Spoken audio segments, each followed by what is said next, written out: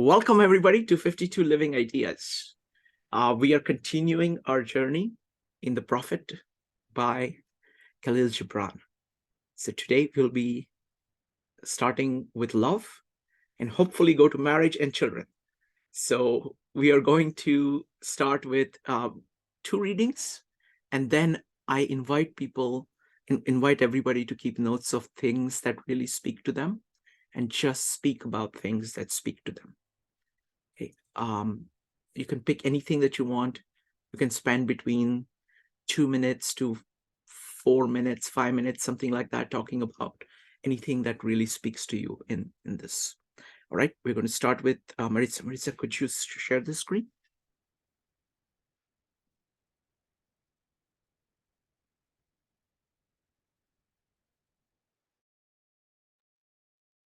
Okay.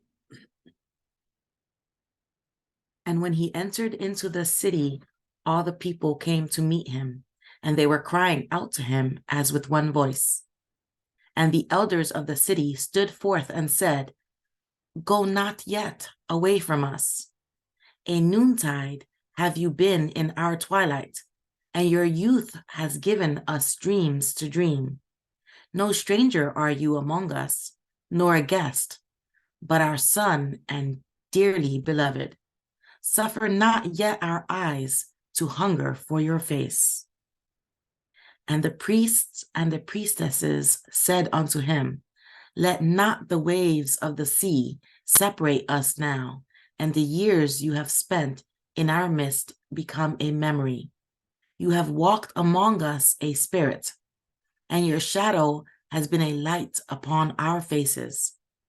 Much have we loved you, but speechless was our love, and with veils has it been veiled. Yet now it cries aloud unto you, and would stand revealed before you. And ever has it been that love knows not its own depth until the hour of separation." And others came also and entreated him, but he answered them not. He only bent his head, and those who stood near saw his tears falling upon his breast. And he and the people proceeded towards the great square before the temple. And here came out of the sanctuary a woman whose name was Almitra, and she was a seeress.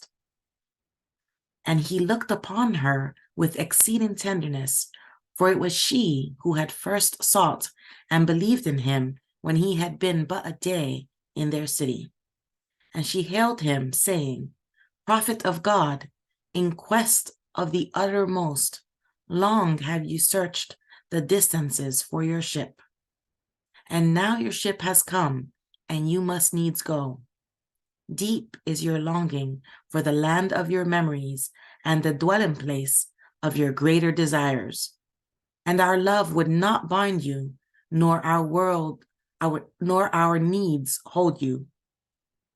Yet this we ask ere you leave us, that you speak to us and give us of your truth, and we will give it unto our children, and they unto their children, and it shall not perish. In your aloneness you have watched with our days, and in your wakefulness you have listened to the weeping and the laughter of our sleep. Now, therefore, disclose us to ourselves, and tell us all that has been shown you of that which is between birth and death." And he answered, "People of Orphalese, of what can I speak, save of that which is even now moving within your souls?" Then said Almitra, "Speak to us of love." And he raised his head and looked upon the people, and there fell a stillness upon them. And with a great voice he said, "When love beckons to you, follow him, though his ways are hard and steep. And when his wings enfold you, yield to him, though the sword hidden among his pinions may wound you.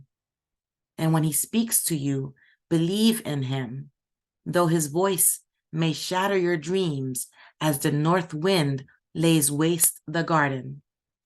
For even as love crowns you, so shall he crucify you. Even as he is for your growth, so is he for your pruning. Even as he ascends to your height and caresses your tenderest branches that quiver in the sun, so shall he descend to your roots and shake them in their clinging to the earth. Like leaves of corn, he gathers you unto himself. He threshes you to make you naked. He sifts you to free you from your husks. He grinds you to whiteness. He kneads you until you are pliant. And then he assigns you to his sacred fire, that you may become sacred bread for God's sacred feast. Thank you. Thank you, Maritza. Could we, Mona, could you start from when Almitra asked, yeah, right over here. Then Almitra said, speaks to us of love. Let's go from there. Give me just a second. Let me unmute everybody. Hold on. Go ahead, Mona. All right. Then said Almitra, speak to us of love.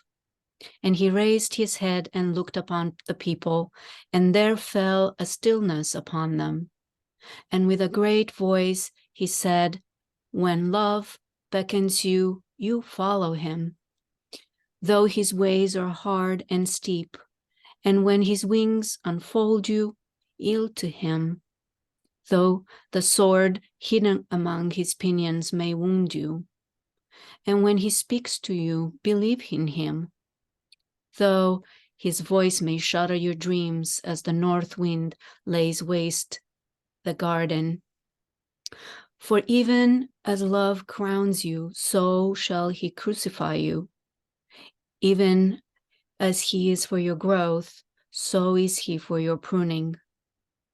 Even as he ascends you to height and caresses your tenderest branches that quiver in the sun, so shall he descend you to your roots and shake them in their clinging to the earth. Like sheaves of corn, he gathers you unto himself. He threshes you to make you naked. He sifts you to free you from your husks. He grinds you to whiteness. He kneads you until you're pliant. And then he assigns you to his sacred fire, that you may become sacred bread for God's sacred feast. All these things. Thank you. Thank you. Thank you, Mona. We'll stop here. We'll go ahead and have people comment up to this point, and then we'll go in the second section. All right, folks, would love to hear anything that stands out to you. Go ahead and type an exclamation mark if you'd like to comment. I'm going to start with Evanik. I think this passage on love, and I remember reading this and I was like, why would you even want to love if it's going to do all these things to you? Like, I think the one, it's like, let love surround you, and then it was like, let it pierce you. And then there's this thing, like the last one that Mona just read, where she's like, let it just grind you, and like the corn, like let it grind you. And you're like, why would you want to do that to yourself? And then it's this thing, it's transformative. And, we like to think that transformation is this like great thing, and it is, but we like to think of it as painless, right? Like it's just like happens so easily, and, it's great because you just transform, right? You just, like it's like magic. That's what we want to think. But transformation is never that. If you're doing true transformation, it hurts because you're letting go of who you are, and you're like detaching from who you were, and you're becoming something different. So that means you have to leave things behind. I think when in the meetups on this, on the prophet, we talked about like it's the ripping of skin, right? And it's that graphical thing because it's painful. It's great, and in the end you're better for it, and you're glad that you went through it because it allowed you to become the person that you are at that moment. But it's painful. You got to let things go. You got to let people go. You got to, you know, you have to allow yourself to feel all those things. And like with love, the thing is, you have to be vulnerable, and you have to be, vulnerable with the simple fact of foreknowledge of people are going to hurt you, that this is going to hurt, like that people, even unintentionally, are going to do things that hurt you, and you're still going to have to like embrace them and love them. And you're going to have to talk through it, and you're going to have to talk to people that you love and tell them, which is another painful thing. And then they're going to have to feel the pain of knowing. So it's this painful thing. But if you're loving someone, if you're loving people, that's what you have to go through. And love transforms who you are. So that's what I think of when I hear this passage on love. And I think we have this flowery feeling about love. Like love is supposed to be like all rainbows and butterflies, and that's not it. You're allowing yourself to be open. And when you're allowing yourself to be open, you're also allowing for transparency.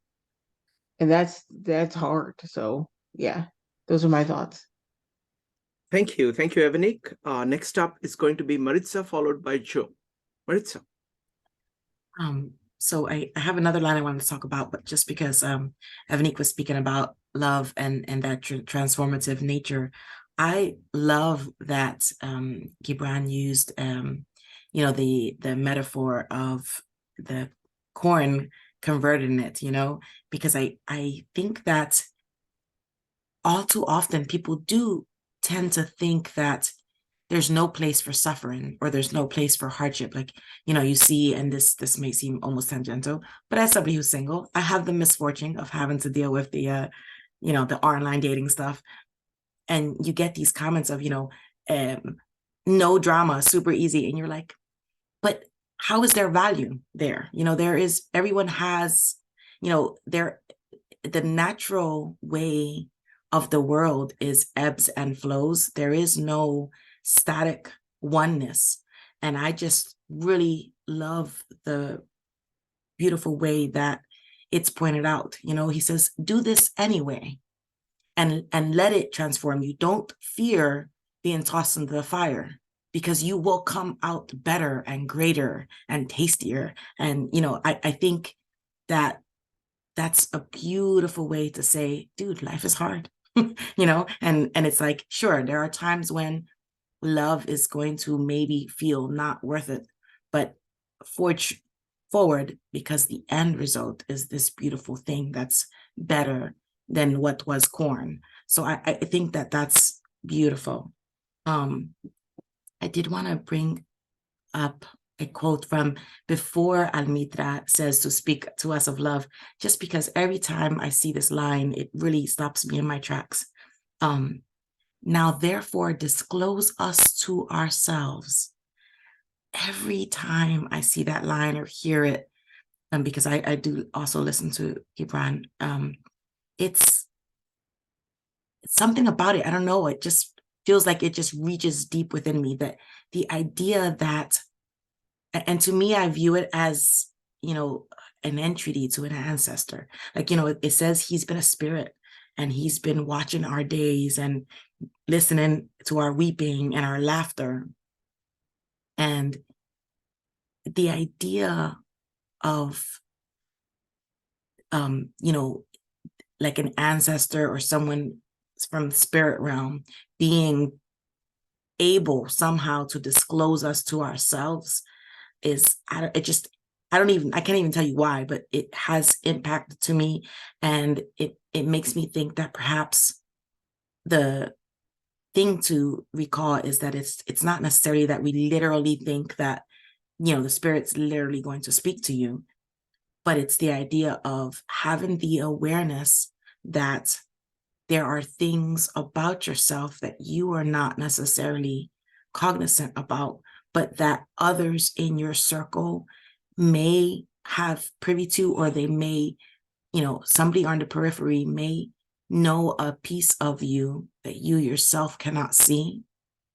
And so one should remain open to, maybe the points of view that someone else might be willing to share with you, if it's like in the spirit of a positive nature, or, somebody has been in the periphery. It's so powerful a thought to me. Like, I don't even have it fully formulated, but every time I see that line, it's just like, now disclose us to ourselves. It just reminds me that there's no way that I possibly have an accurate view of who I am, and that I should remain kind of, in position, open emotionally and spiritually to the viewpoints potentially of others who may have my well interest in mind. Thank you. Thank you. Thank you, Maritza. Next up is going to be Joe, followed by Mona. Folks, would love to hear what you guys think. And this is very interactive, so please go ahead and type an exclamation mark to share your thoughts. Joe. So the line that stuck out to me just now is, God is in my heart. Don't when you love, you should say not, or you should not say God is in my heart, but rather I am in the heart of God. And I like that. Now that may sound counter to some of the things that we've discussed here in the past, where we talk about the God within, but it's not. It's an idea of service. Many times people think about relationships and they think about what they're going to get out of it. But when you truly are entering into a loving relationship, you're excited and you know what you're going to bring to it. You're not looking at what you're getting. Because just after that, he says, where was it? I don't know. And think not that you can direct the course of love, for love, it finds you worthy, directs your course. It was something where, love has no other desire but to fulfill itself. That's the line I was looking for. So it has no other desire but to fulfill itself, meaning it is self-fulfilling. That what you give out comes back. And then that feeds back into some of the other discussions that we've already talked about with the, the bread going through, becoming the sacred feast. I think that that's the transformative part when we're talking about love. I think in too many times, and he gets into a little bit about the ideas of desire as well. And again, I'm just listening to this. But if you love and must needs have desires, let these be your desires, to melt and be like a running brook that sings its melody to the night, to know pain of too much tenderness, to be wounded by your own understanding of love. Yeah, I mean, I think that he is putting the onus on the individual, and love is an act. It's not, and it's its own. It's essentially its own reward, very much like virtue.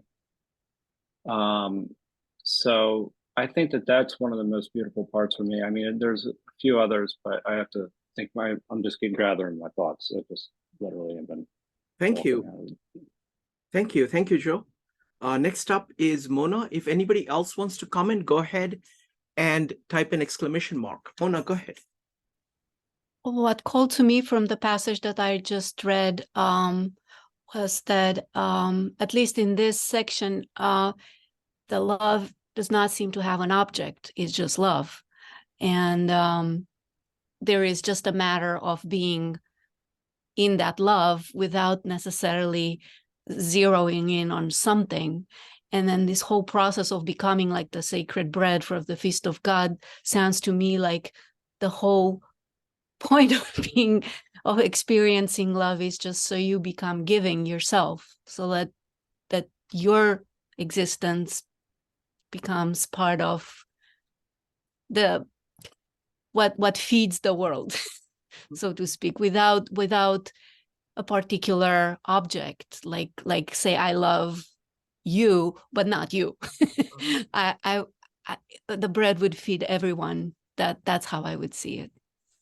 Wonderful. Thank you. Thank you, Mona. Next up is going to be Rupali. Rupali, go ahead.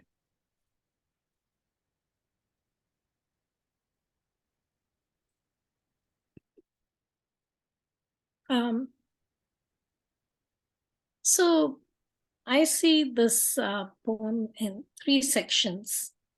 The first section is all about the contrast, that the contrasting nature of love. And, about the ways are hard and steep. And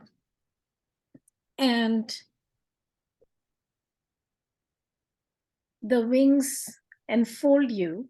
So that's a very soft kind of image. But then the swords may wound you. And that's like a very sharp image. When he speaks, you believe in him, but then you could also be shattered by the words. And so that whole contrasting nature, that love is not just a monotone. It's very dynamic, and that whether it's the crown and then then there's the crucifixion. So I feel that that again we all have that image of what the crown is and what it means to crucify. When you ascend to the heights, and he will caress you with tenderness and take you down to the roots. So there's this upward movement, downward movement, that it's not just static. The second part of the poem is the transformation that many of the people here have already talked about. But again, it's a very dynamic nature of, you have the fire, you have your shaving, threshing, sifting, grinding, kneading, like everything is happening, and then you go through the fire to become the bread, and you're not just a simple bread, but it's this very special, very sacred. It's in the highest possible way that you become the best of who you are.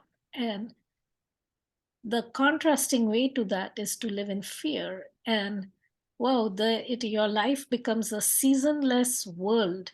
Nothing changes. It's just monotone. And do you really want that? But you would be afraid to do anything.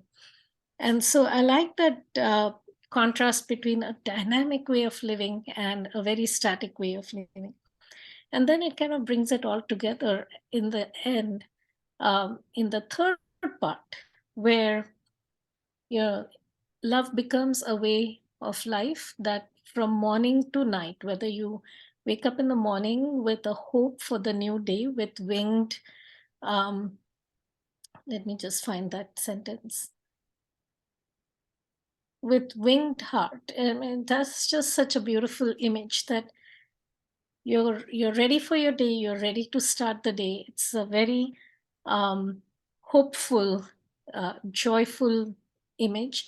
And then you go through the day. At noon, after your morning work is done, you rest, you have your thinking, meditative moment, and then return home with gratitude in the evening, and then go to sleep with a prayer.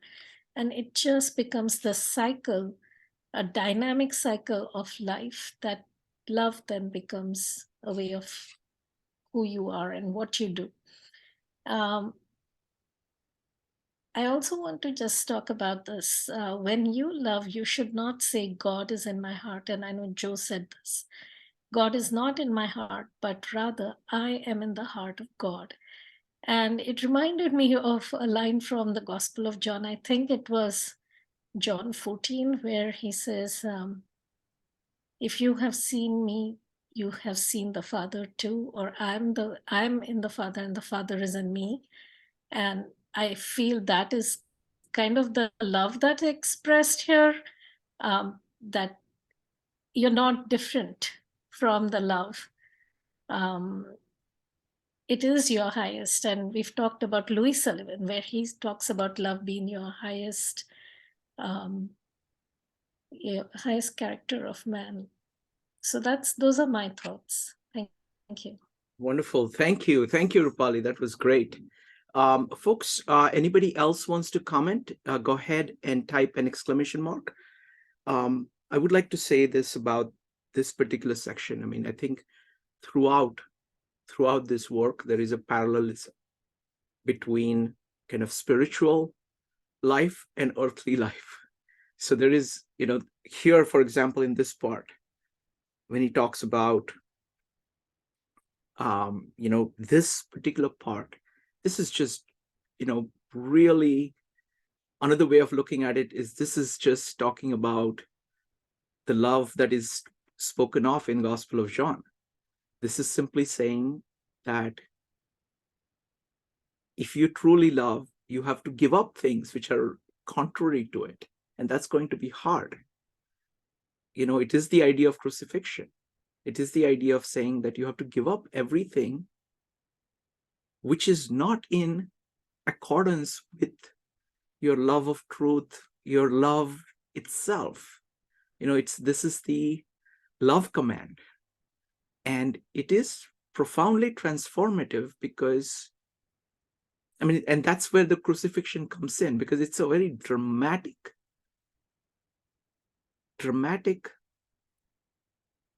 capturing of the price you have to pay and the benefit that you're going to get. And you can't really, if you hold on to things that you have through your habits, because those emotions are comfortable, those thoughts are your own, then you are holding on to those, just simply holding on to those things. You will not be able to grow.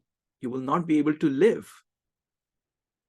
So, and it's a profound transformation. And it is a transformation of, it is something that transforms you. It's like kind of a mutual transformation. And the entire theme here, I see just so many parallels between this and the Gospel of John and the themes over there, that you have to say no. Again, in Gita also, you can see the same thing, saying no to attachments is necessary to move towards the center. And the love is, in Gospel of John, it's the love commandment. It's just one thing, just love. And that is like one thing that takes care of everything else. But it is, in that sense, very simple. But in that sense, it is extremely hard, because you have to give up everything which is not in accordance with it. So that's what I think. All right, let's see. Okay, okay, if anybody has comments, go ahead and type exclamation mark. If you would like to read, go ahead and put an R. We are happy to discuss, as much as you want, going back and forth. So please go ahead and type an exclamation mark to make any comments on comments. We'll start with Mona, go ahead. Yeah, I wanted to add one thing, and I think Joe mentioned this in a line where it said that love directs your course. You don't direct the course of love. If it finds you worthy, love will direct your course. So it's not a choice. There's no choice. There's no saying no to love. If it finds you worthy, you'll go through everything, because that's what it is. That's the way I read that particular line. Wonderful. Thank you, Mona. Let's go with the next. No, wait a minute. We have folks, go ahead and keep commenting. We will go to reading only after we are done. Okay. Rupali, go ahead. I wanted to mention that, I found that love expressed as a masculine idea was surprising to me, because to me, I always associate love with a feminine um, kind of characteristics, and so, or feminine quality. And I always used to think of love as more maybe nurturing. So I found it very interesting to see that love was personified as a masculine idea. Yeah, I'll quickly comment on that. This is really directly from the New Testament. This is just, love of Jesus is what is being talked about here in one sense, and all the aspects of that are coming through, or the love between Jesus and God, Father and Son, which is being transmitted from Jesus to disciples in the farewell discourse that we talked about. I think that is the background for at least this section. I see the echoes of that very, very strongly. Next up is Marissa. Well, I'm hearing that comment. It kind of gave me a pause, because in Spanish, love is masculine. It's el amor. So it never occurred to me that it was changed. I was like, oh, wait, is it feminine in English? But English has no gender technically, so it's not. But in Spanish, all nouns, they have a gender, and in Spanish, the gender of love is actually masculine, which I had never stopped to consider, which is, it's totally making me stutter even, which I find to be fascinating. I wonder, Shrikant, do we see something here from, because Gibran was an Arab, so I would imagine, even though I know he was a form of Christian, I would imagine there would be some Sufism influence, maybe. I'm wondering, I don't know if they have masculine love. I don't know enough about the culture, but it's an interesting thought there. Yeah, no, he's a Christian, a very deeply devout Christian. He has written extensively about Jesus and things like that. He's also, profoundly influenced by Sufism. So that's why his work is really beautiful, because he's kind of taken these traditions and infused them into himself. That's And lovely. what he produces is something which is his own. So this is completely his voice. But I see the echoes of this. Now, I'm not familiar with Sufism, so I don't know neither am I. how much of Sufism is showing. But here, whether it is the bread, sacred bread, the crucifixion, just the crown. I mean, it just goes on and on. It's just the entire imagery. Okay. I want to say one more thing, Shrikant. I think also what we can see in this imagery is a call towards a tolerance for a variety of thinking, as it were. Because I think he also, while he was a devout Christian himself, he was not like anti other religions, which is yeah. I mean, none of these people, the good people, are, because they see the commonality, because it's like all of these true religions at the deepest level, they're about spirit of human beings. That's what they're talking about. And so he's profound, but it is quite an achievement of taking Western religions and Eastern religions, because Sufism is influenced by Indian thought. So it is like Muslim, it's a variety of Muslim thought, but just profoundly infused with the Indian ideas. That's like an Indian version in some ways of Islam. And so it's a very interesting combination. So it's like Indian, Islam, this one, and all of it kind of expressed in his own, inimitable way. Awesome. Thank you. Next up is Mona, followed by Joe. Mona.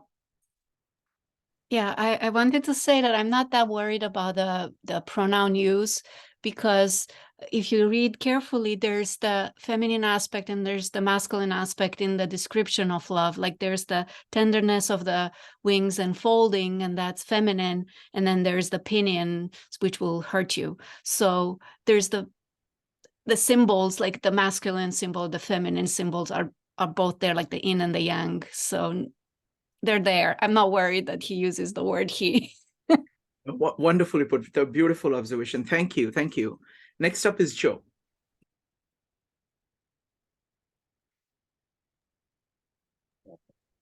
Yeah, and I'm just going through this again and just reading the lines, and this, we'd spoken a little bit about transformation already, so I'm not going to kind of regurgitate that. But if you think about what the transformation is, it's actually like this true freedom. It's actually something that where you can love unconditionally and act in the world with a joy that is actually it's natural, and I guess there is a, so lack of a better term, baptism of fire that one has to go through in order to understand what it means to love. And I think that actually comes out in this text. It's a true freedom. We talk about freedom, freedom from externals, I guess.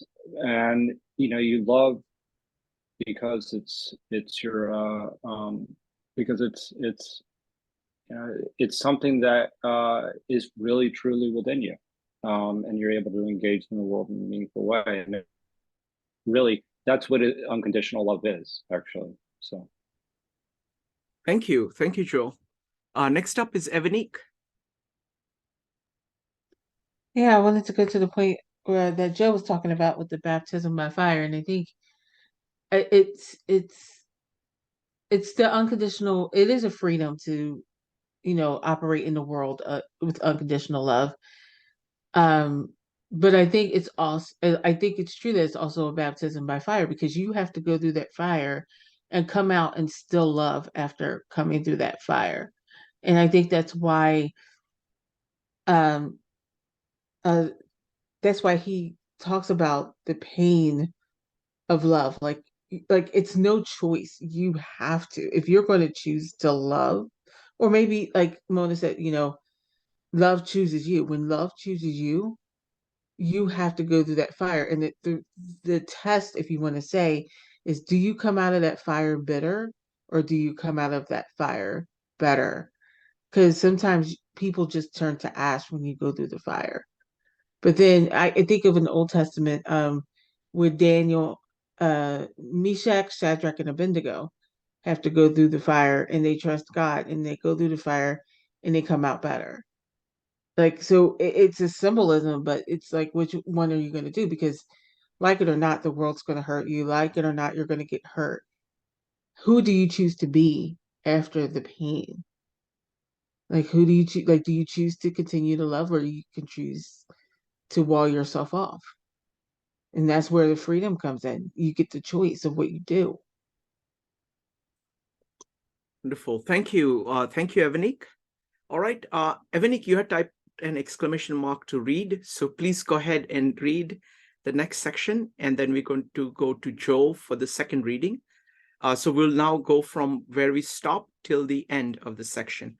Marissa, could you share the screen?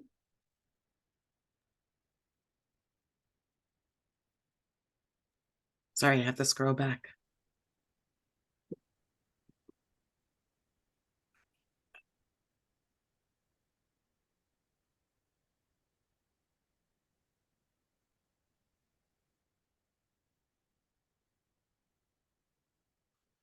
I think we have to go further back, right? Oh, yeah, there. All these things shall love. Okay. All these things shall love do unto you, that you may know the secrets of your heart, and in that knowledge become a fragment of life's heart. But if in your fear you would seek only love's peace and love's pleasure, then it is better for you that you cover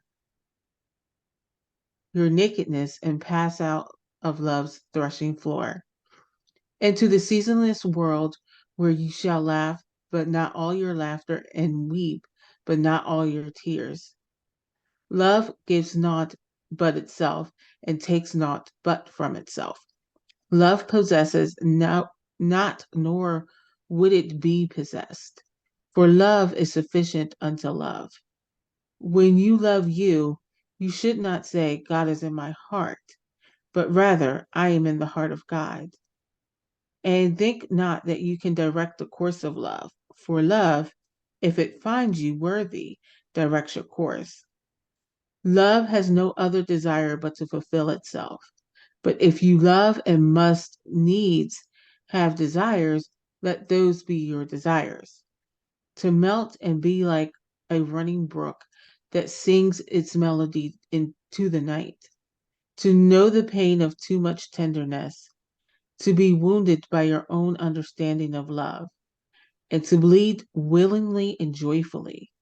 To wake at dawn with a winged heart and give thanks for another day of loving. To rest at noon hour and meditate love's ecstasy. To return home at eventide with gratitude. And then to sleep with a prayer for the beloved in your heart and a song of praise upon your lips. Thank you. Let's go back up again. And then, Joe, if you could read. Sure. All these things shall love do unto you, that you may know the secrets of your heart, and in that knowledge become a fragment of life's heart. But if in your fear you would seek only love's peace and love's pleasure, then it is better for you that your cover your nakedness and pass out of love's threshing floor into the seasonless world where you shall laugh, but not all of your laughter, and weep, but not all of your tears.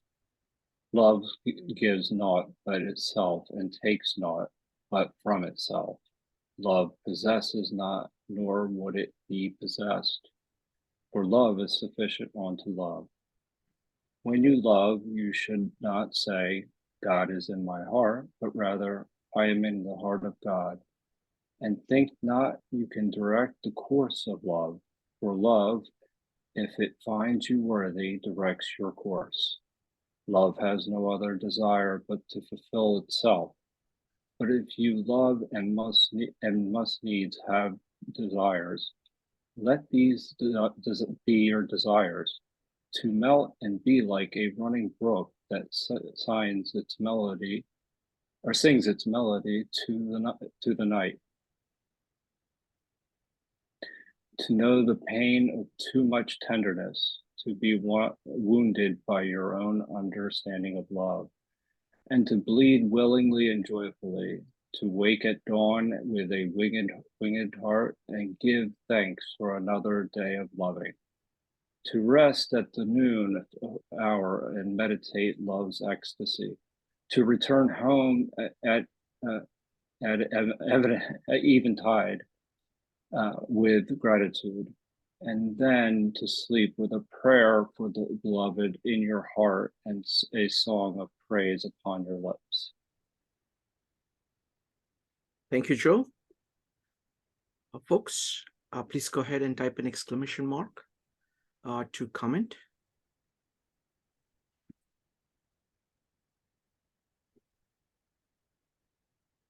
We'll start with Evanik. Evanik, go ahead. Yeah, I wanted to talk about the part of the poem where he talks about knowing the secrets of your heart. And when you think about that, when you're trying to love, or I should say when you are loving, right? And you know the secrets of your heart because I'll say it, the evil that lurks there. And the evil thoughts that lurk there for people Like if you're loving someone, or if you're not loving someone, you see that, and then you have to like think about why you don't love, and why you choose not to love everybody. Um, in the gospel, this it really brings it to life where Jesus said to love your like to give up your life for your friends, one may do, and to love your friends is easy, right? But it's to love the people that hurt you. That's the hard part. To love the people that, in other words, it's like to love the people that you don't like. That's the hard part. And then you have to like go into yourself and figure out why. And that's how you know your own heart, because you have to explore why you don't love certain people, or why you can't even feel love towards them. And that's the self introspection that makes this hard, because in my mind, I think they don't deserve my love. So why should I give it to them? So that's the thing that you have to explore, is like why do you feel like they have to deserve your love in order to give them love? It's just a early thought. Thank you. Thank you, Evanik. Next up is Maritza. For me, the one line that the most sticks out today is the first read in this section. All these things shall love do unto you, that you may know the secrets of your heart, and in that knowledge become a fragment of life's heart. Just, I don't know what is life's heart, but I mean, to become a fragment of it sounds fascinating. The idea of, I truly believe that all knowledge is worth having, right? So to see written here that word for something so ephemeral and on the emotional and subjective side of things as love, it's truly like almost inspiring a thing to see for someone who you can embrace the logical, but at our core we're still emotional creatures, right? So to see that there are aspects of love that will reveal to you a knowledge that one cannot find elsewhere is really an enticing thought, especially when what is being said here is that there is a surrender required. So it's like, it's not just the gathering of knowledge. One must take action for a specific type of knowledge to be revealed onto us. And it's I don't know, it's a truly just inspiring way to view this seeking of love, or not seeking, because it's more of a allowing ourselves to enter into this emotional state of love and to follow it through despite any fear or reservations. Because if one is a seeker of knowledge or a lover of knowledge, there is, even in this, it's the idea of, how can one say one is a lover of knowledge? Because you're using the word love. And here this passage says, if you surrender to the up and down flow of the good and the bad that comes with this concept, there exists a knowledge that will be revealed unto you. I think that's just lovely. Wonderful. Thank you. Thank you, Maritza. Next up is going to be Sabrina, Joe, and Mona. Sabrina. So I have several takes here. I have some notes. But I like the love possesses not, nor will it be possessed, right? So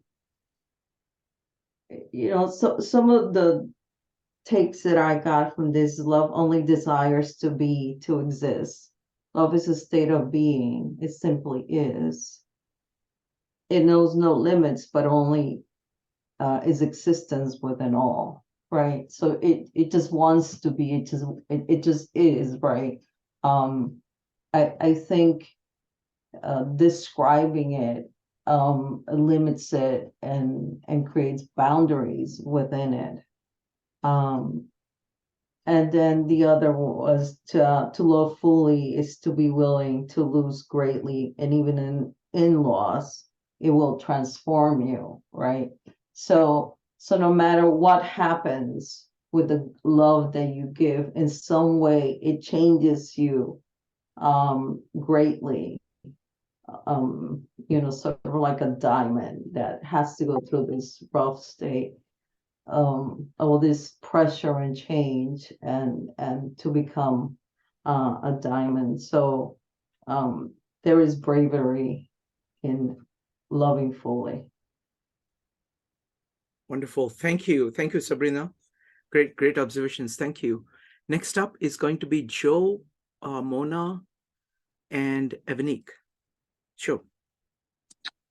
Yeah, I think to be wounded by your own understanding of love and to bleed willingly and joyfully. I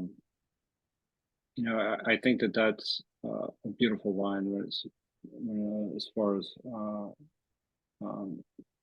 I'm concerned, because sometimes we do love and we get hurt and you're exposed. That's part of it. But you do it willingly and joyfully because you know it's the better path. So something I was thinking about, and I was thinking about this actually earlier, and if we come back to the Bhagavad Gita, it's that by seeing the God in everyone else, you can love everyone else no matter what is done to you. So that you may be hurt, but you can still love. And there is a resilience in that and a beauty in that, I think that is true freedom. Freedom from, as I was saying before, freedom from anger, freedom from, when I said externals, freedom from anger, freedom from jealousy, freedom from all the things that take us away from love. And to be able to live like that is it doesn't come without its pain, but you'll be grateful for, you'll be very grateful for every day. So well, thank you, Joe. Great comments. Next up is going to be Mona, followed by Evanique. Mona. Yes, I wanted to comment on this line that says to be wounded by your understanding of love. And to me, that tells me that it's not actual love that wounds, but our misunderstanding of it and our illusions that we have about what might that be. And then he said to bleed willingly and joyfully through that revelation or disillusionment, so to speak. And then it hints there about the love's ecstasy, which to me sounds a lot like the Sufi kind of love, like the ecstatic love that it's pointing out to, and the way it says, go to bed with prayer for your beloved in the heart. I think it talks about the beloved that Sufi mean, that they talk about love as God or the friend, the presence within. So it's not like a personal love, but an ultimate love that's described in here. And that's maybe where our misunderstanding lies. Wonderful. Thank you, Mona. And thank you for bringing the Sufi angle. That's great. Next up is Evanique. Yeah, I was just going to talk about, and actually goes right into what Mona was saying about a misunderstanding of love. And as people were talking, I was thinking, you don't put expectations on love. And what that means is that you don't, I think we talked about this earlier, but you don't love people with an expectation of what you can get. And, a lot of times when people talk about, loving someone, they're talking about oh, I'm gonna love this person, until they hurt me, or until they hurt me, or until they do something wrong to me, or if they aren't the person that I think of them in my head. Or, a lot of times we want people to be what we want them to be, or we want them to be a certain way before we can love them.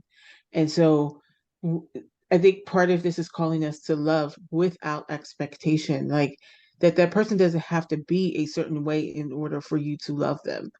You can still just choose to love. And again, it's the hardest thing in the world, but it's also the most loving thing, because you're allowing them to be who they are without putting your judgment on them. So it allows them to be freer. It allows you to be freer. And I think someone else had mentioned things about boundaries, and I think it's a good thing to point out here is that there has to be boundaries because you also love yourself, right?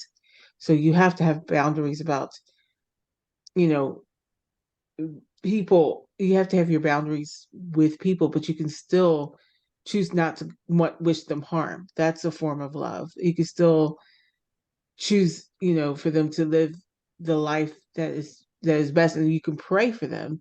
You can pray that they find love, and you can pray that they learn how to love, but you can keep that boundary so that you're safe. So I just wanted to bring that up too, that you could love person. I think loving someone means not having hate in your heart for them sometimes, like that's all you can do for certain people. So I just wanted to bring that in too.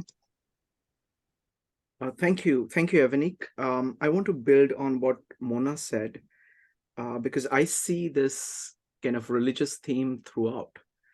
So I want to put it in three forms that we've been studying it. We've been studying it as Tao and Sage. Sage and how he approaches the Tao. In Tao Te Ching. In Bhagavad Gita, we've been talking about Brahman and Atma and their relationship. And in the Gospel of John, we're talking about the love of truth through the word. And I see all of that in here, because what it is saying is that this love is going to take out all the parts. I mean, this part about, threshing and grinding you to whiteness, kneading you until you're pliant, and then, making sacred bread. It's all about removing all the attachment, things which are not going directly towards truth. It's kind of love of truth and kind of willingness to throw away everything that is not there. And the result is in the knowledge that you become fragment of life's heart. So you basically become part of the Tao.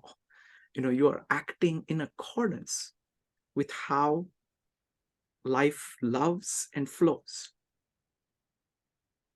You see that again when we talk about not God is in my heart, but I am in the heart of God.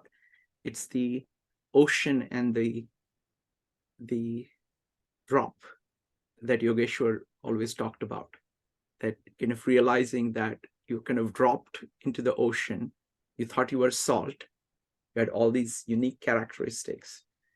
But when you drop into the ocean, you realize you're a drop of the ocean. And the ocean becomes you and you become the ocean. So either way, it's the same thing. And it is all about kind of getting to that level. And then there is this, what Yasuhiko calls a sacred yes. You're saying yes to reality itself. And in that course, anything which is contrary through that, you're willing to let go. So that's what I see, throughout this entire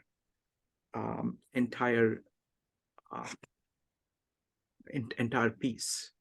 I see that as a background for what he's saying. And then he's then taking that and applying it to human beings, which is what, all these, Bhagavad Gita, Tao, and Gospel of John also do the same kind of thing of transferring. Bhagavad Gita says, God in me greets the God in you. Gospel of John says, love one another as I have loved you. Or the Tao Te Ching asks you to deal with people according to their own nature. without trying to push them this way or that way. So I see a lot of echoes of these works in the prophet throughout, but especially here. Right? Anybody else has any more comments on this section? Otherwise, we'll go to the next one. All right, let's see. Who would like to read? If somebody who has not read who would like to read, you're welcome to do that. Maritza, it's a short section.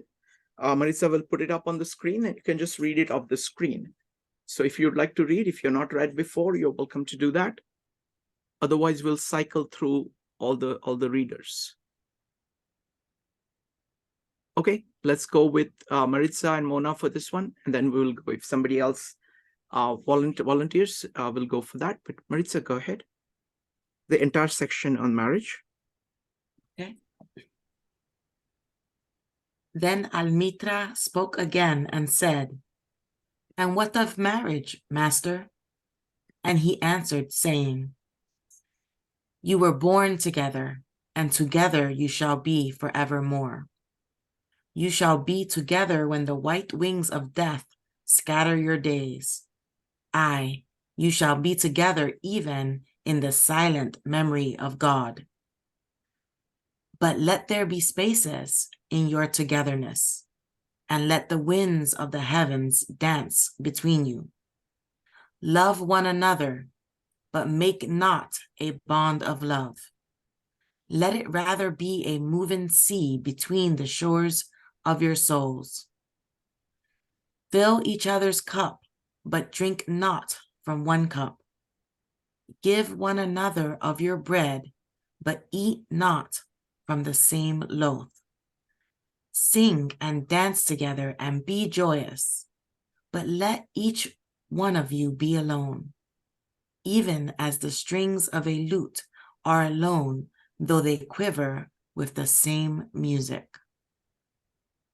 Give your hearts, but not into each other's keeping, for only the hand of life can contain your hearts. And stand together, yet not too near together, for the pillars of the temple stand apart, and the oak tree and the cypress grow not in each other's shadow." Thank you, Maritza. Next up is Mona. I read the same thing, right? Yes, same thing. Okay. Then Almitra spoke again and said, "And what of marriage, master?" And he answered, saying, "You were born together, and together you shall be forevermore. You shall be together when the white wings of death scatter your days. Aye, you shall be together even in the silent memory of God. But let there be spaces in your togetherness, and let the winds of heavens dance between you. Love one another, but make not a bond of love. Let it rather be a moving sea between the shores of your souls. Fill each other's cup, but drink not from one cup. Give one another your bread, but eat not from the same loaf. Sing and dance together and be joyous, but let each one of you be alone, even as strings of a lute are alone, though they quiver with the same music. Give your hearts, but not into each other's keeping, for only the hand of life can contain your hearts. And stand together, yet not too near together, for the pillars of the temple stand apart, and the oak tree and the cypress grow not in each other's shadow. Thank you, Mona. Folks, if you'd like to comment, go ahead and type an exclamation mark. It's just incredibly beautiful piece.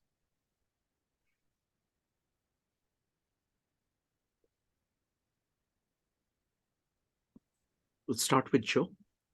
I'm gonna make an initial comment because I think it relates directly. I mean, of course, it relates directly to love.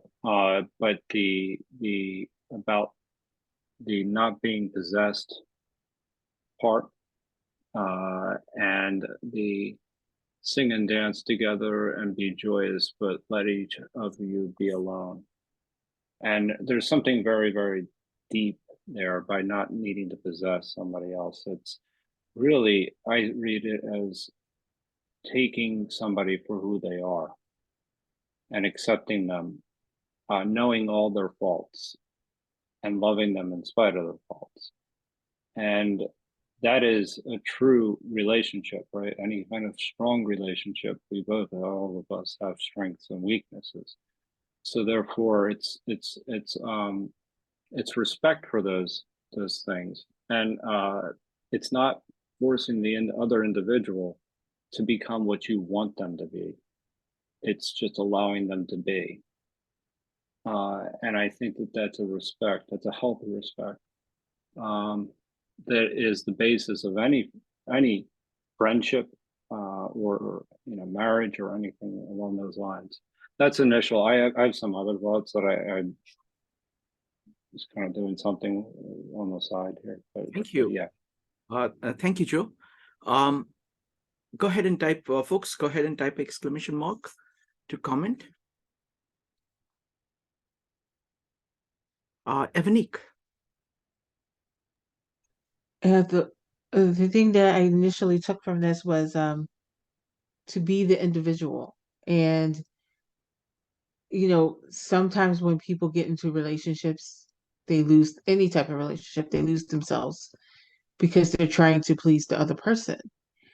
And the thing is that in any type of relationship, that person should know who you are from the beginning. So, to be the individual means that you are presenting who you are to that person.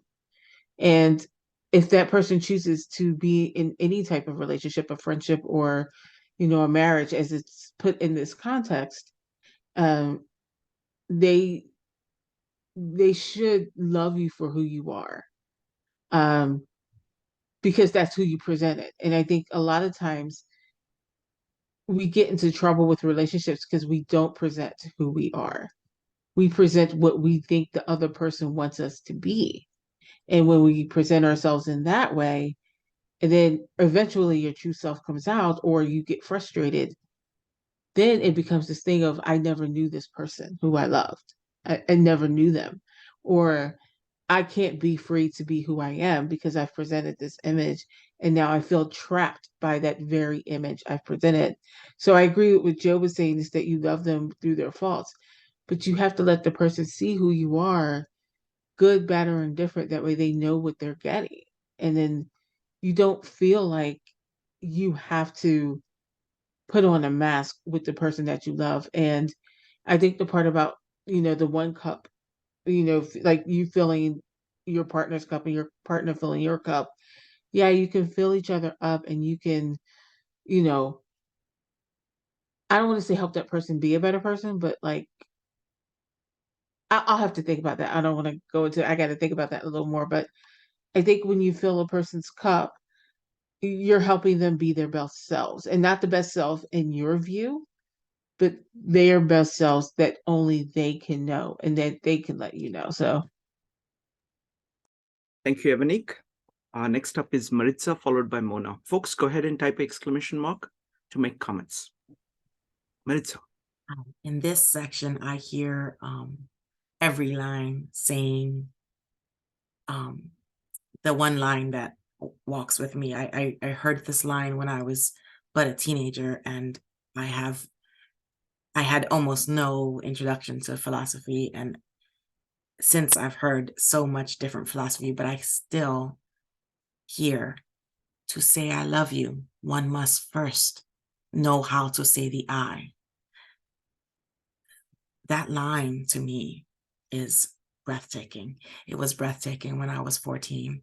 I have a birthday in a couple of weeks. It's still breathtaking.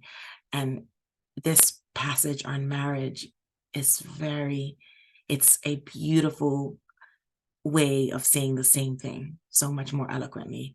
A person who exists only for the sake of a loved one is not an independent entity. That's a spiritual parasite. there's no partnership if there's only one. There's a Spanish saying, roughly translated, it says, in any situation where two people always agree, one of them is not necessary. I hear that interwoven in every line of this passage of this poem. This idea that, one must be an independent entity that does not exist for the sake of another person. One must exist for the sake of ourselves, because if one doesn't, what does one have to offer to the other person? I hear in this these lines of poetry, I hear the entreaty to walk together but separate. I have always said that I wanted a partnership that looked a little bit like a DNA in the way that it moved forward in its meaningful path, and I have never wanted the relationship where there was one line. I always thought it should be two, and they should go like this, interwoven together. You should cross but keep forward together. And I hear that here, this idea of because the way I envision it is that one looks, if there's marriage is like the ultimate partnership, right? So when you look at your partner, you should see your values reflected in them, and maybe even sharper, crisper, more well-formed than yours. And that will be the impetus for you to strive further. And you can't look at them if you're one. So you need enough distance to look at them and to keep wanting to be, the best independent entity that you can be, to be worthy of them. And you want them to look at you and feel the same way. And I've just always viewed, I know it's not like the popular way to look at marriage, but it's always been kind of the way I've looked at it. I did read a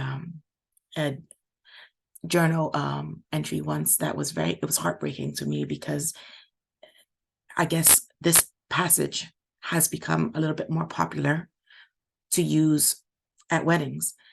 And this person was entreating that people don't read it. And he was like, oh, because this is the way to divorce, because it's saying that you should be selfish. And I was like, how could you possibly get that from this? And it was heartbreaking, because I hear the exact opposite. I hear that, in honoring the self, you are paying the highest of honor to your partner, because you're giving them a self that they can love in return.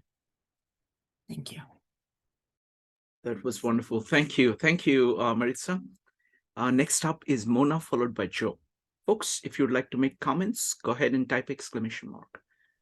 Yes, I wanna add on the same topic of together but apart, because there's several metaphors in here for that. There's the strings on the lute, there's the pillars of the temple, and then there's the oak tree and the cypress. So that it struck me that the first two metaphors are inanimate, really, but then you get to the last line and you get to the things that are alive, like the trees are alive and they can't grow. It's not about how they function together necessarily, like the strings of a lute they play together, but the cypress and the oak tree really can't grow if they're too close. So that really nails it. Like you just, if you put them too close, one stifles the other, and that's not marriage. That's just, I don't know what it is, but it's not marriage. Wonderful. Thank you, Mona. Next up is Joe. Yeah, I was actually going to quote the cypress tree line as well, and then there's another line in there about I kind of lost it. It was basically pouring a cup for each other, but not pouring each other a cup of water, but not drinking from the same cup. I'm paraphrasing, but you can get the point. And I think that's, again, speaks to the idea of complementary, you know, um, talents, in a sense, that they have complementary interests, they have complementary, kind of, they make each other better, but they're still separate. They still have their independence, so that there's a strength that's gained from one another, that they are truly, I guess, better together than apart. And I think that's really kind of what this metaphor is saying, is that yes, two people can be better together than apart, but they still need to be themselves. But then that also gets back to what I was originally saying, is that you love the individual despite whatever their faults are. So it kind of comes full circle. Wonderful. Thank you. Anybody else wants to comment? My voice is not doing that well, so I'm going to make a short comment. I think I just love this piece, because it is all about saying yes, each person saying yes to themselves, and then saying yes to the other. Okay, because and that's clear. And he has so many beautiful ways of actually capturing that. That you're dancing, you have your own body, and you're dancing together. You're singing together. I like the string metaphors here. So it is kind of having, it's again, the God in you, in the sense that you're saying that divine thing in each of us that says yes to the world itself, that is something that each of us have on our own. And that is sacred. And when you accept the sacredness of that, then suddenly there is this tremendous opening of waves that happen between you, because there is really no resistance at that point, because you have said yes to the core of the other person. And then everything else falls into place in that context. All, of course, there are disagreements, but all of them pale as in comparison to that fundamental yes that you're saying to each other. And that it makes possible actually a flow between you, because you don't have to worry about the flow much. It will just happen. And it will happen naturally based on your similarities, differences, all of that. But the foundation of that is that sacred yes that each person says on their own and to the other person, to the core of the other person. Next up is Goran. Oh, guys, I just fortunately noticed this email that this is happening, so I just joined. But I very much love Kahlil Gibran. Is that how you pronounce his last name? I never know. So I'm so happy to be here. And then I hear Maritza saying all these things like some kind of guru did the thing with DNA. Okay, that's my vision now about the relationship kind of thing. And you have to say I mean, how beautiful. And then Shrikant, oh my God. I was beginning to dislike people, like humans, and now two of you just restored my faith in beauty of humanity. And, yeah, it's this love thing is a wonderful thing. Wonderful thing. I'm getting a little old for, the level of inspiration as I had when I was 20. But yeah, thank you, Maritza. Thank you, Shrikant. Thank you, Kahlil. Thank you, Goran. So let's take a little detour and Goran, speak to us of Kahlil. Who is Kahlil and what does he do for you? I'm delighted to see you, by the way. Yeah, I haven't been for a while. Go ahead.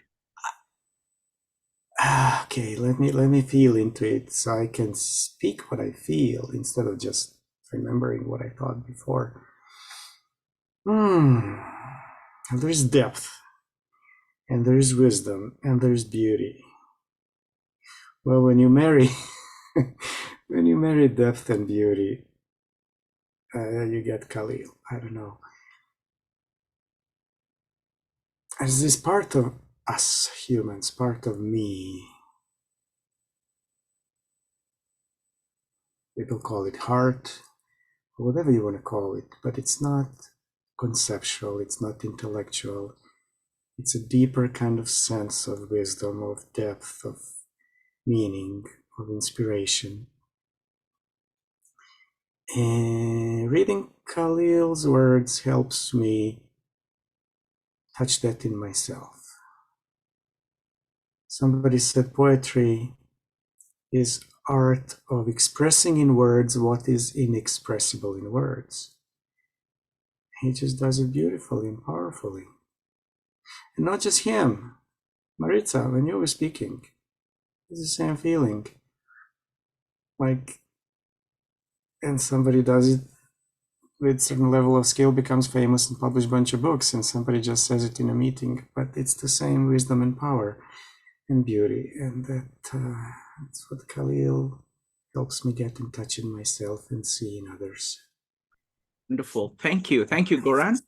All right, let's go to the next section on children. Who would like to read? How about Evanik? Would you like to read?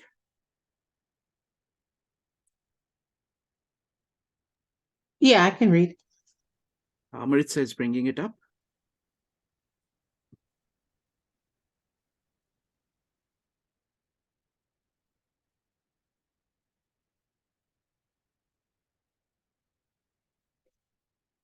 Starting with "And a Woman." And a woman who held a babe against her bosom said, "Speak to us, children. Speak to us of children." And he said, "Your children are not your children. They are the sons and daughters of life's longing for itself. They come through you, but not from you. And though they are with you, they belong not to you. You may give them your love, but not your thoughts, for they have their own thoughts. You may house their bodies, but not their souls, for their souls dwell in the house of tomorrow, which you cannot visit, not even in your dreams. You may strive to be like them, but seek not to make them like you. For life goes back, not backward, but tarries with yesterday, nor tarries with yesterday. You are the bows from which your children as living arrows are set forth. The archer sees a mark upon the path of the infinite, and he bends you with his might that his arrow may go swift and far. Let your bending in the archer's hand be for gladness. For even as he loves the arrow that flies, so he loves also the bow that is stable.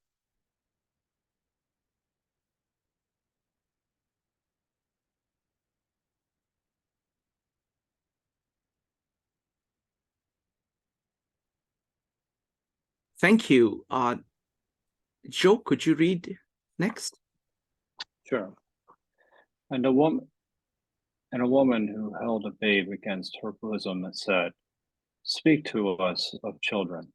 And he said, your children are not your children. They are the sons and daughters of life's longing for itself. They come through you, but not from you. And though they are with you, yet they belong not to you. You may give them your love, but not your thoughts, for they have their own thoughts. You may house their bodies, but not their souls, for their souls dwell in the house of tomorrow, which you cannot visit, not even in your dreams.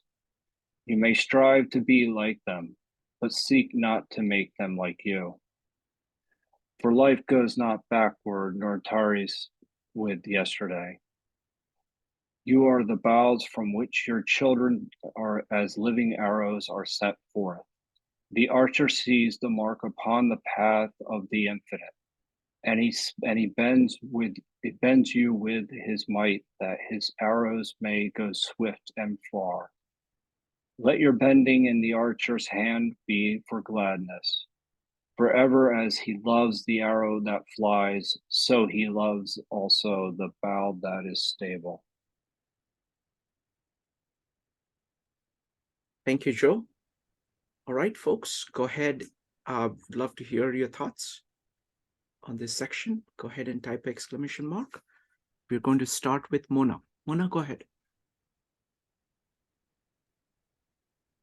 Yes, I see here the same theme from all of the sections we've covered so far, the calls for the respect of the individuality, like the children are also their own individuals. And as parents, it's very hard to remember that, right? Because of course we know better, right? The kids have to do what we say and but what do we know?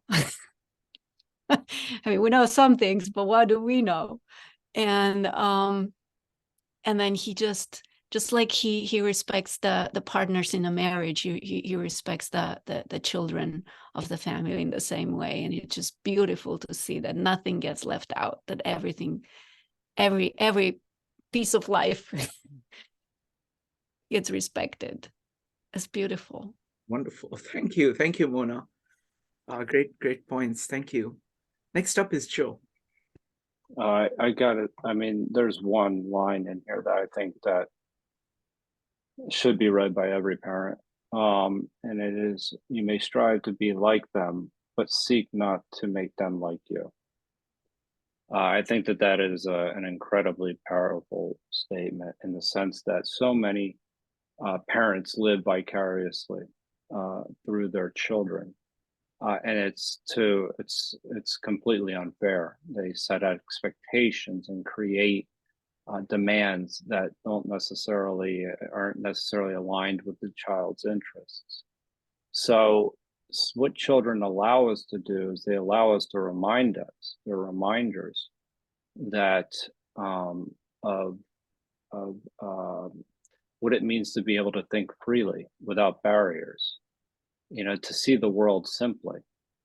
And that's why you strive to be like them, rather than to make them like you. And this is a common theme that we're seeing throughout the entire book, is that not to possess the other individual, respect the autonomy of the other individual. And that is true love. And so there's a healthy relationship that's being espoused throughout this, for they have their own thoughts. You may give them your love, but not your thoughts, for they have their own thoughts. Don't impose, your thoughts on your children. Allow them to grow and to arrive at the conclusions that they feel to be the right answers. And I think that is,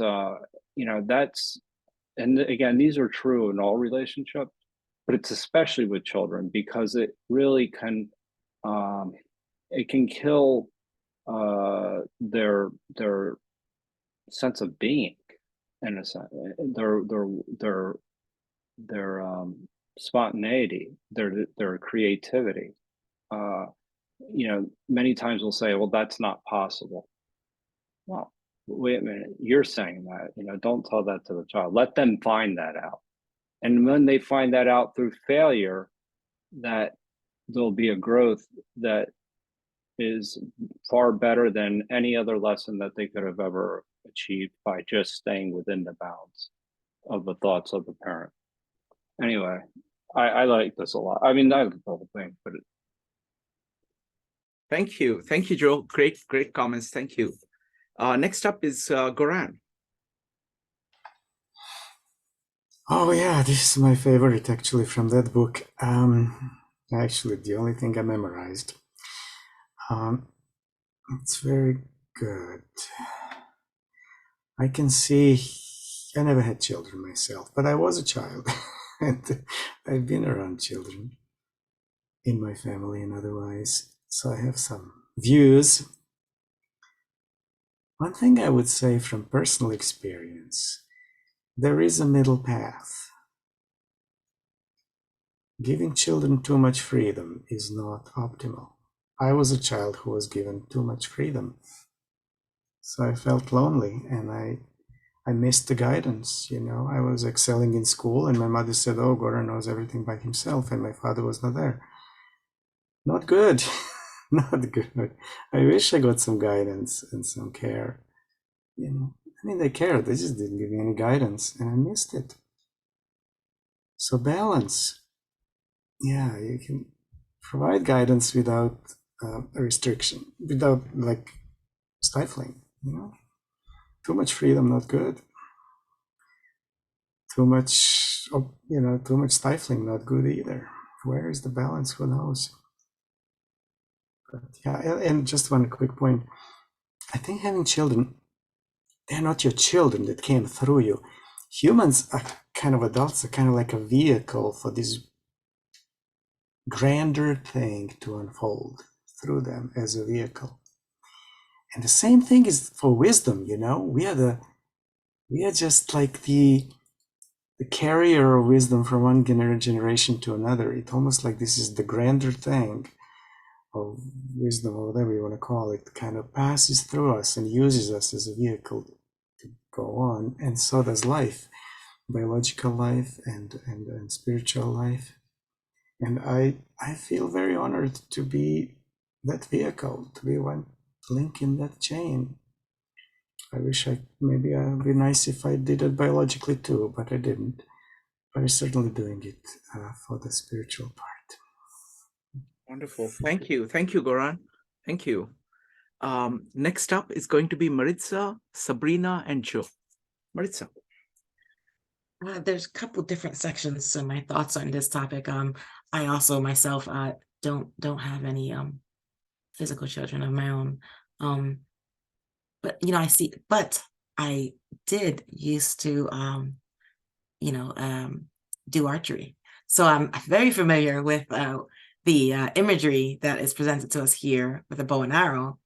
And it's, so I smiled when I first read this because it's so true. So if in archery, one focuses on the target too fiercely, you never hit the target. So you have to kind of focus on the bow and the arrow, but also not. So it's kind of like you have to set it and then like, don't think about it. So that imagery for me was quite insightful here, because what I'm hearing is that they're saying, you are the prepper. Like if we're in the kitchen, you are the one chopping the vegetables. You're the one getting everything ready for the soup. Throw it in. And I hear that here because what Quran says, I think that's true. It's like balance. I hear that in this passage as well, that there is a need for balance. Your children are not your children. I would imagine someone who has born physical children, like that's probably very emotional feeling to read that. But then the next line explains it. It says they are the sons and daughters of life's longing for itself.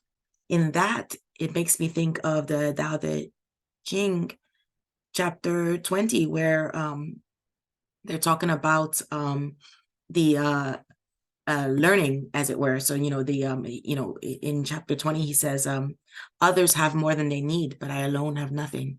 And then he says, I'm different. And at the end, he says, I am nourished by the great mother. And I think that I see the similarities between those two passages, because what I'm hearing in this poem section is the idea of the moment we hold too tightly onto something, it starts to die, right? And that's true if you don't have children. Take out the word children and put in idea, put in creativity. And when you look at it there, Shrikant, you have said this to us often. The moment we hold too tightly to an idea, it starts to die, right? Louis Sullivan says that to us. And I see that here. Those of us who are creative individuals, hint, you're all creative individuals. We have ideas and we have creativity, and we do err occasionally in holding too tightly. And in doing so, we may become too rigid and we may find our creativity stifled. And here, reading this helps, even if you don't have a physical child, view your products. Those things which come from you are birthed of you. And here it says, don't hold them too tightly. You have to let them go. You have to let them grow. And in so doing, you're actually giving something to the world. And there's a beauty there that, their souls dwell in the house of the tomorrow. And it's like a very gentle admonition for silly you. Those things that come from you are not yours. They're required to fuel tomorrow. You're already yesterday's news. Let it go forward. And that's, again, I see that as being true of, and I don't wish to belittle at all anyone who has, physically procreated. But those of us, again, creative beings, the birthing process of creativity, that also applies. This idea that we have to just let it go and have faith that this is going to be a paving stone for this tomorrow that you can't know or see what it's going to be or how it's going to be. You just have to, that statement, let go and let God, that a lot of Christians say. I hear that in this passage here. Thank you, Marisa. I really like this, this section and this topic. So, let's go with Sabrina, followed by Joe. Sabrina. Okay, so I do have children, so I can speak a bit about this one. And I was actually very adamant about the things that are being said here with my children. And that was, though I was very present with them, and it was all me. I didn't want anybody else to take care of them but me. I also wanted them to be individuals. So I really observed them and what they liked and what they wanted to do. And I just went full on whatever it was that their preference was, so that would grow, right? So it wasn't a reflection of me, but of their interests. And for some parents, that might be permissive sometimes, but I allow their creativity also to be very present, and not to be hinged on TV or anything like that, but on what they wanted to explore, what they wanted to do, because I do think they came through me, but they do not belong to me. And even when they were making decisions, I always pushed them to go out and spend their their wins, and and do their own thing, because they're their own person, and even with education, and it's set for values that I think those are important. And if I felt, that the boat was going a little bit awry, I would just steer it back into place without forcing. And sometimes I had to let them fall so that they could learn, right? I don't think you can't, nor should always save them. They have to learn on their own also. So I think that's also important, that just because you're the parent doesn't mean you have to save them from every mistake they're making. Otherwise, they just don't know how to manage without you. So, yeah, so I really like this part. Thank you. Thank you, Sabrina. Next up is going to be Joe, followed by Mona and Goran. Joe. There is a balance, and I just wanted to acknowledge that what Goran had said. There is this balance that needs to be struck, and in having a very deep conversation, actually, not too long ago with my mother, and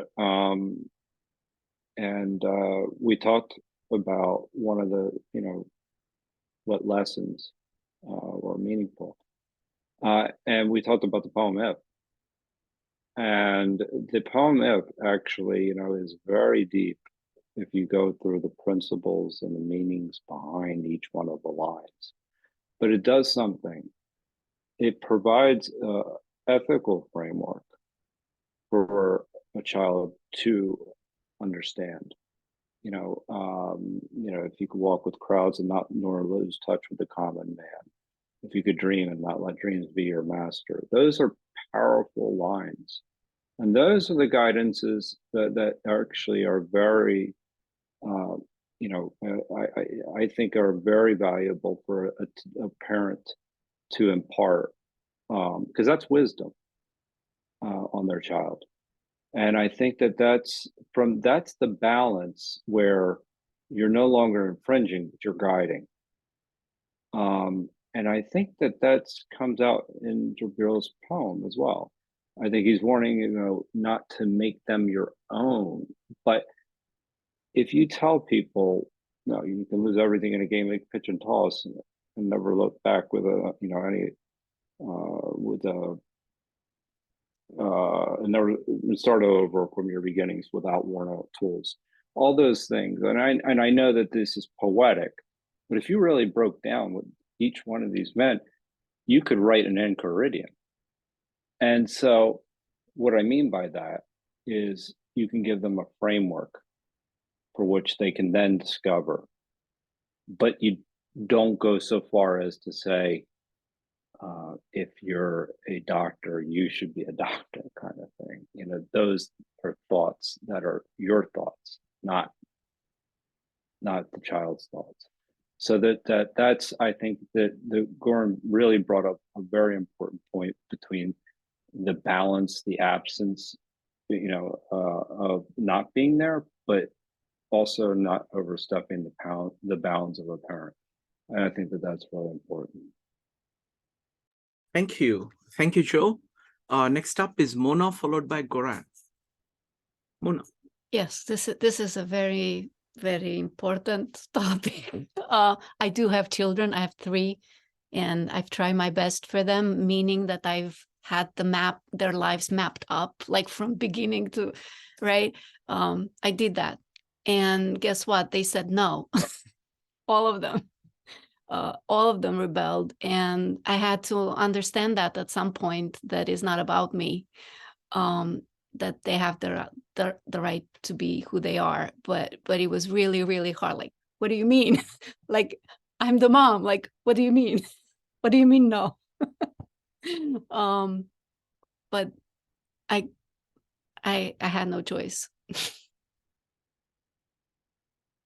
Thank you, Mona. Next up is going to be Goran. Just something occurred to me, like a comparison of parenting with gardening. Well, I'm not a gardener, but my mom is, so she shows me all the little plants and she's all inspired about it. And I'm thinking, like a gardener, you grow, like, let's say you plant a rose. As a gardener, you didn't design the rose, you didn't make it white or yellow or red. That's the essence of the rose, that independent of a gardener. A gardener just kind of supports and helps it grow and maybe influences a little bit here and there, but the essence of the rose and the color of the rose, smell of the rose, it's not of the gardener. So, same thing kind of with children. They have their own essence, and it's not up to the parent to determine it, I think. Thank you. Thank you. This is a topic of great interest to me. I don't have children, but I have a niece, and I have several other of my friends' kids and relatives' kids who basically, I spend a lot of time with them. They're very attached to me, and I've had a major part in their lives. And so it's a topic. I know Marissa also has some nieces. I think more than one. I think nieces and nephews, and those are important part of your life. So it's not so with that, I'll just say what I because it's a topic of great, it's close to my heart. So I'll say it in multiple stages. So in one stage, a child is a wonderful thing. This is life. It's life, it's life beginning. And it has the same characteristics as the Tao. And it has all this profundity, and it is going to grow into something. And that God in me greets the God in you. It's definitely the ode to a child at a very deep level. I think the greatest thing I like the line where it says, you can be like them, but don't try to make. I think good parents actually end up doing that. It is an opportunity of actually seeing life for the first time and learning about life and transforming themselves in the process, kind of reconnecting to their own values, because, we collect all kinds of crap, in our heads, in our emotions, in our habits, in our surroundings, which is not really the core of who we are. And this child actually is starting out without all of that. And so it's an opportunity for you to learn that.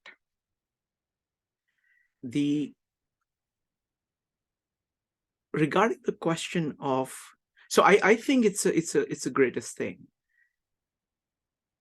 And I think the real influence you have on a child is through your own character, through your own virtue. And they will pick it up. They will not. So it's not, I think the distinction of what you give and what you don't give is between virtue and value. Virtue actually is something that is moving in accordance with the Tao, in accordance with nature of things, nature of their own being. And they will pick it up not from what you say, but by what you do and what you feel and who you are.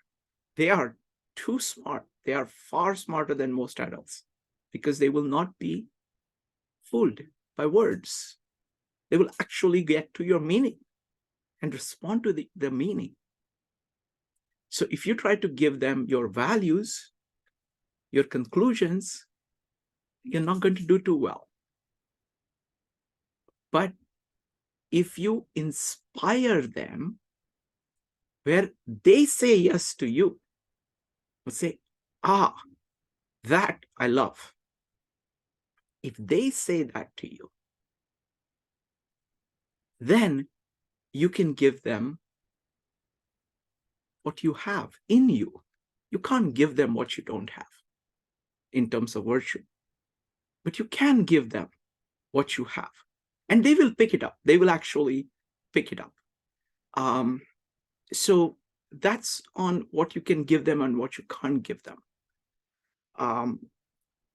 Also, keep keep what is been said about love in mind here.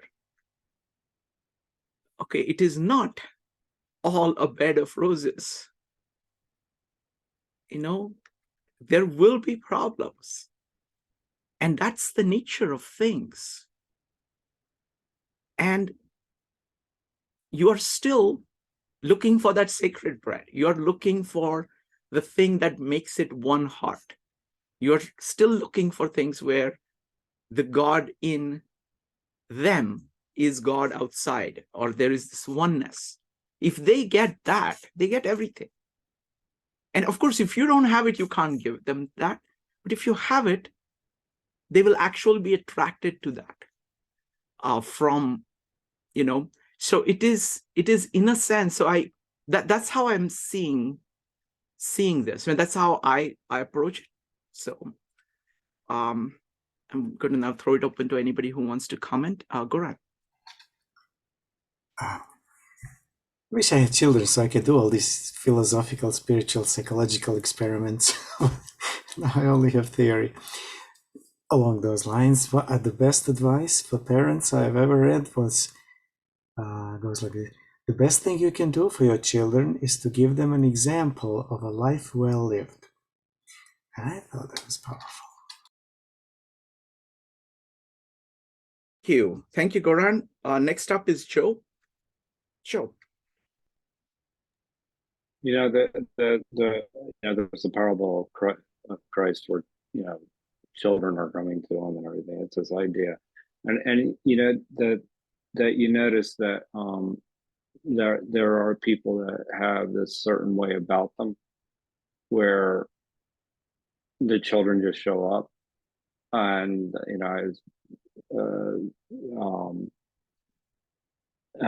even recently at a funeral, I saw somebody sitting at a table, and it was like all the children were there, and they were gravitating towards that one individual, and it was really interesting that they were able to connect with one another on so many different levels, even different interests. So it really is true, like that. That whether it be relationships with nieces and nephews, or just in general, even I noticed the best when people would tutor kids, that there'd be a relationship with certain tutors, that it's just something that's given out, that's noticed in a child, that actually works out. It is fascinating to see. I very much agree with what you were saying earlier. Yeah, I have to tell you a little anecdote. When I met my niece for the first time, she was 2. She was in India, and she had only heard of me. Okay, she had not seen me. And then she was waiting for me to show up, because she used to stay with her parents. And I went to her, and she immediately kind of took to me. And then I was there. I used to stay at my place, and their place was just a few blocks away. And she would not stop talking about me. So everything, even when she went home, she would be talking. And then her grandparents got very upset with her. She says, "Why do you like him so much?" It's like she kind of thought about it, and she says, "Oh, because he has a round face." She did not know any reasons or anything like that, but it's and she basically just kind of grabbed onto me and said, "Okay, this is mine. This is just mine." Okay, and that's how she's she kind of started out. But I mean, it's the most wonderful thing, because it's something very, very deep. It is very deep. It is because children actually can tell who the other person is far more, because they're not really bothered by many other things. And they, like my niece is very curious. So the fact that I'm curious about things, that to her is a huge deal, because she realized, oh, he's just like me. And that establishes a commonality, which is very deep. So anyway, all right, folks. So this is a great start to I think we are on a good path. And what we're going to do is that we're going to do this every 2 weeks. So I just want to get a feedback of people. I like this format very much, where we simply read and then everybody comments, and we'll do it in a relaxed way. So whatever we finish, and we'll have, aims, Marisa and I will decide how much, what are the topics, and then we will go ahead and execute it. So we're going to have Maritza, we're going to have Evanik, and me. We will be kind of managing all of this. But every 2 weeks, like clockwork, we will go through. The reason I've chosen this work is that we've been studying these older works, Bhagavad Gita, Tao Te Ching, and Gospel of John. And I find them just incredibly deep and just tremendously moving, extremely poetic. And I was stunned to find something which I would not put in the same category, but it comes within the order of magnitude of somebody trying to, absorb everything and then talk in fairly recent times. We've been studying only things around 500 BC to 580, and this is just 1913 or so. So it was stunning to find it. Also, I like the confluence of one this religious sentiment of Christianity, Sufi, all kinds of other thoughts, mixture of the Western culture and the Eastern culture, all of it synthesized and presented in a very secular way, accessible to anybody. That's just beautiful. So that's why I want to dive deeply into it, and just experiencing the poetry, experiencing the thoughts. It's just incredible. So anybody has any comments? Maritza, how do you think it is going? Evanik, how do you think it is going? I really like this format, Shrikant. I think it's great. And hearing everybody's comments, it's like, just the idea of when other people give you insight, you kind of look at it a little different way that you hadn't before. Like, even if you've read it many times, there's just so much more richness to be found in seeing it through another's eyes. I really, really enjoy that. Wonderful. Evanik, and then Joe, and then anybody else wants to talk about how was the experience? Evanik. I agree with Marissa 100%. I love this experience. I loved hearing other people's thoughts on it, and I think I love the simple fact that it's conversational and that we could just piggyback off of one another and add to the conversation. So yeah, definitely, I think this format works. Thank you. Joe, what did you think?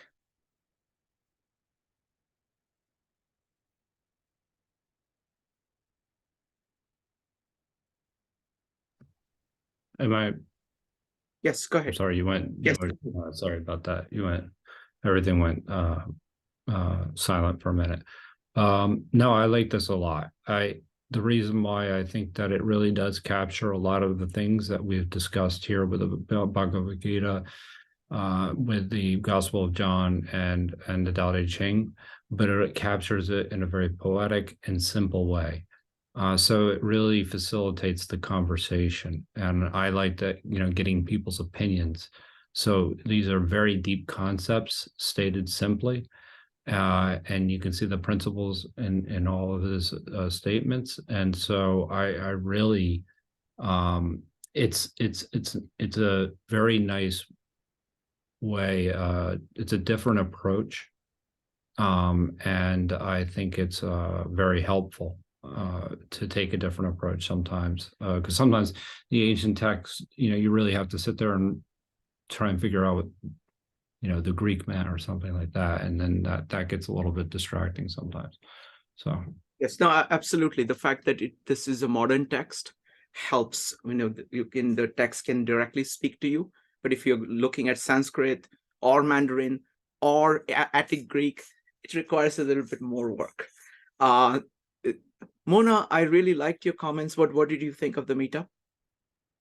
Oh, I love it. I know by heart much of this work, but I just as soon as I saw there was a meetup dedicated to Gibran, I was like, oh, wait a second, that's for me. Wonderful. I enjoyed the discussion really, and I don't know, it's in my heart. So Wonderful. Sabrina, what did you think? I liked your comments too. Go ahead. I thought it was great, actually. I liked the reading and then the comments and then getting the nuances from everybody, right? And just seeing their perspective.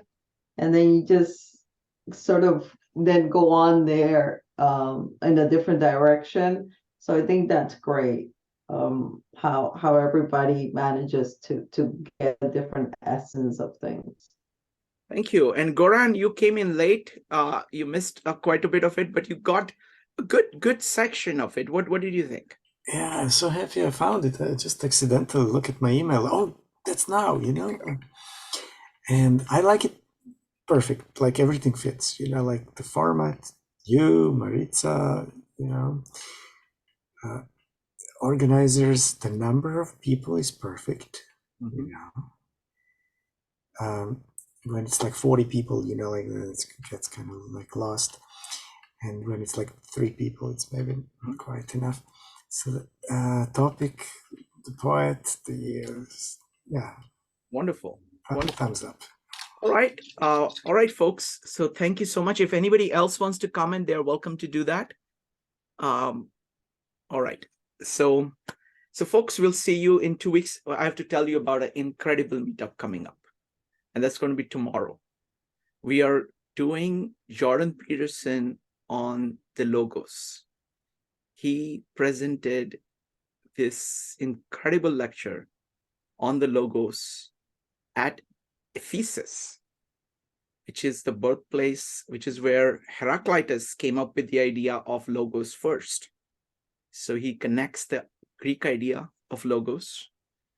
And this is the place where John, of Gospel of John, lived for quite a while. And he wrote some of his works there. So really, it's a very deep work, especially, I want to say, the last 15 minutes of it. It's just mind-bogglingly good. So, and what we have is, we had 3 people who did a whole bunch of Jordan Peterson meetups for us. Roger, Claire, and Victor. And they're all going to be back presenting on this. So it's going to be an amazing, amazing presentation. Plus, it's not really about the presentation. The format is going to be the same. So I invite you to watch the video. It's about an hour video, all worth watching, but at least watch, I think, 42-minute onwards, 42 to 53 or something like that, which is the culmination of it. And then come to just talk about what you got from it. Victor is brilliant at doing these visual presentations. He's actually going to show all of this, what was presented in that entire video by doing a PowerPoint. He does animations, all kinds of fancy stuff. So don't miss that. And so that's what is coming up. And so we'll be doing this, folks. We are doing this every other week, so don't miss it. Grant, remember, please put it on your calendar. I will. Sorry, I was away for a little while. All right. Wonderful. Thank you, everybody. Bye. Good night.